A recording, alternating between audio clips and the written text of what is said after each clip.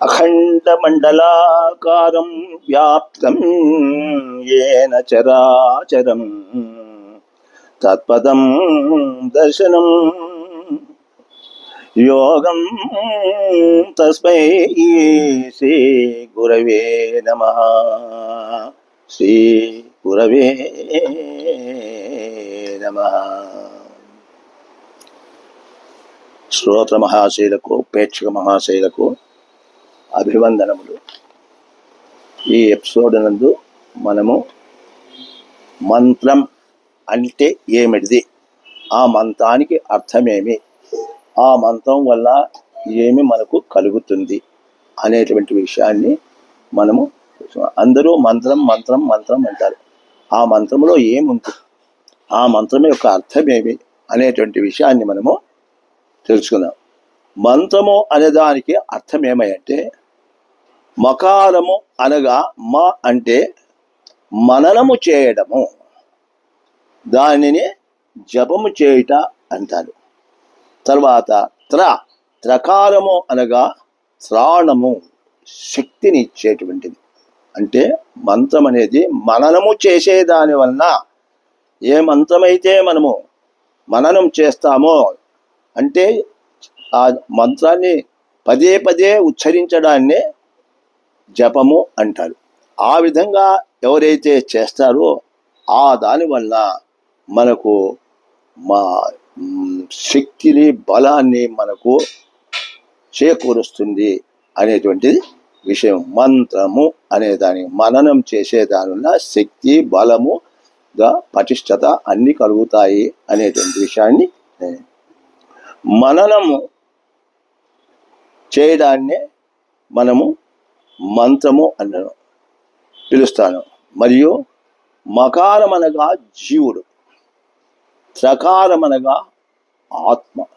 మకారము అంటే జీవుడు, త్రకారం అంటే ఆత్మ, అంటే జీవాత్మ, జీవుడు ఆత్మ అని అర్థము.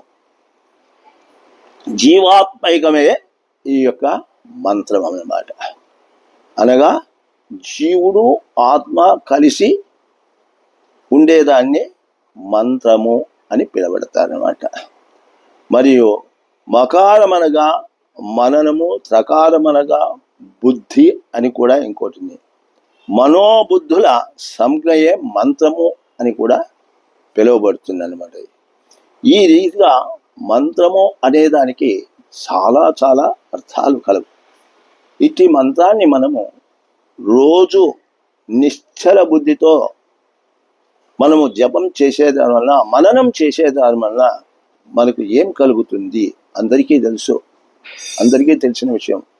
ఓం నమ శివాయ, ఓం నమో నారాయణ, శివమంత్రము, నారాయణ మంత్రము ప్రతివాడు కూడా ఇది వాళ్ళ జీవితంలో తప్పకుండా ఎటువంటి వాడు కూడా దీన్ని స్మరిస్తూ ఉంటారు. ఓం నారాయణ, ఓం నమ శివాయ అనేది ప్రతివాడు కూడా దీన్ని, ఈ నమశివాయ నారాయణ అనేటువంటి ఈ మంత్రాన్ని మనం జపం చేస్తే, దీన్ని పంచాక్షరి, అష్టాక్షరి, ఈ శివమంత్రం వచ్చేసి పంచాక్షరి, నారాయణం వచ్చేసి అష్టాక్షరము అని పిలువబడుతుంది. ఎవరైతే వీరు దీన్ని తప్పకుండా జపం చేస్తారో ఆ యొక్క జప ప్రభావంలో, ఆ మంత్ర ప్రభావం వల్ల వాళ్లకు సర్వ దోషాలు కలుగుతాయి. ఇది చేస్తే కానీ తెలియదు. ఊరికే ఏముంది నమశివాయ నారాయణ అనేదే కదా అని అనుకోవచ్చు. కానీ సముద్రంలో లోతు తెలుసుకోవాలంటే దాంట్లోకి దిగితేనే తెలిసేది. ఏదైనా ఒక పని మనము మొదలు పెడితే దానిలో ఒడిదుడుకులు వస్తూ ఉంటాయి. ఆ ఒడిదుడుకులను మనము గెంటుకుంటూ పోతే, తోసుకుంటూ పోతే ఆ యొక్క పని యొక్క విలువ, పని యొక్క తనము కూడా మనకు తెలుస్తుంది. ఆ విధంగానే ఈ మంత్రాన్ని కూడా ఏదో ఒక రోజు, 2 రోజులు, 10 రోజులు చేసినంత మాత్రంతో మనకు శక్తి, బలము రాదు. దీన్ని చేయవల మహాపురుషులు, ఋషులందరూ కూడా ఆ కాలంలో ఈ నమశివాయ నారాయణ అనేటువంటి జపాన్ని 1000 సంవత్సరాలు చేసి తరించినటువంటి మహానుభావులు వాళ్ళ జన్మను తరింపజేసుకున్నారు. మరి కానీ ఆ కాలంలో వాళ్ళు ఆ విధంగా చేస్తే వాళ్ళకు ఆశిది. కానీ ఈ యొక్క కలియుగములో కలియుగే క్షమే అంటే మనము కొంతసేపు చాలు, క్షణం కాలం మనము ఆ దేవుని ప్రార్థిస్తే కూడా వాళ్ళు వేల సంవత్సరాలు చేసినటువంటి ఫలితాన్ని ఒక్క క్షణం కాలంలోనే మనకు కలుగు చేస్తుంది అనేటువంటి శాస్త్ర ప్రమాణం. అందుకే ఈ కలియుగంలో పరిగెత్తే కాలం కాబట్టి క్షణం సేపు మనం ఆ స్వామిని తలిస్తే కూడా మనకు ఎంతో మేలు కలుగుతుంది అన్నమాట. దయచేసి ప్రతి వాళ్ళు కూడా ఈ యొక్క మంత్రము, వాళ్ళు ఏ మంత్రమన్నా కావచ్చు, అమ్మవారిది కావచ్చు, స్వామిది కావచ్చు, ఏదైనా సరే, ఏ మంత్రమైనా సరే, వాళ్ళు ఈ జీవిత కాలంలో రోజులో కనీసం ఒక 10 నిమిషాలు ఆ భగవన్నామను తరించుకుంటూ చేసుకుంటే వాళ్ళ యొక్క పాపాలన్నీ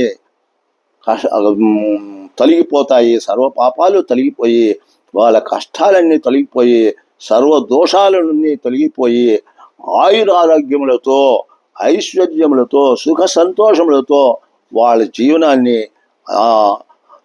గడుపుతూ అంత్యములో చివరిలో మనం చేసేది, ఎందుకంటే మనం చేసిన పాప పదాలు అంత్యములో తెలుస్తాయంటారు. కాబట్టి అంత్యమున ముక్తిని కూడా పొందగలిగేటువంటి అవకాశము మనకు ఆ మంత్రబలం వల్ల.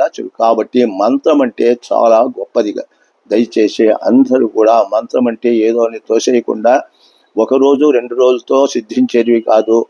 దీని ఏండ్ల తరబడి చేస్తే కానీ, సంసారం అనేది ఎన్నో ఏళ్ల తరబడి చేస్తే కానీ మనకు అనుభవాలు రావు. కానీ ఈ సంసారానికి ఇంత ఉంటే ఇంకా ఆ మంత్రం ఎంత ప్రభావం ఉంటుంది. ఆ మంత్ర ప్రభావాన్ని మనం తెలుసుకోవాలంటే ఎంతో కాలం మనము కృషి చేయాలా. ఏ పని చేయాలన్నా ఎంతో కృషి చేస్తేనే దానిలో మనము ఫలితాన్ని పొందుతాం. కావున మనకు మంత్రము మానవులకు ముక్తి సాధనమైంది. కాబట్టి కేవలం ముక్తికే కాదు మనం పుట్టింది, ముక్తిని కూడా పొందవాలా అనేటువంటిది ప్రతి మాడు కూడా గుర్తించి ఆ ముక్తి కోసము ఏ మంత్రమైనా సరే వాళ్లకు అనుకూలమైనటువంటి మంత్రాన్ని అందరూ కూడా రోజు కూడా మననం చేస్తూ, అంటే ఉచ్చరిస్తూ వాళ్ళ యొక్క జన్మను తరింపజేసుకునే ముక్తిని పొందగలుగుతారని ఆశిస్తూ ఉన్నాను. ఓం స్వస్తి.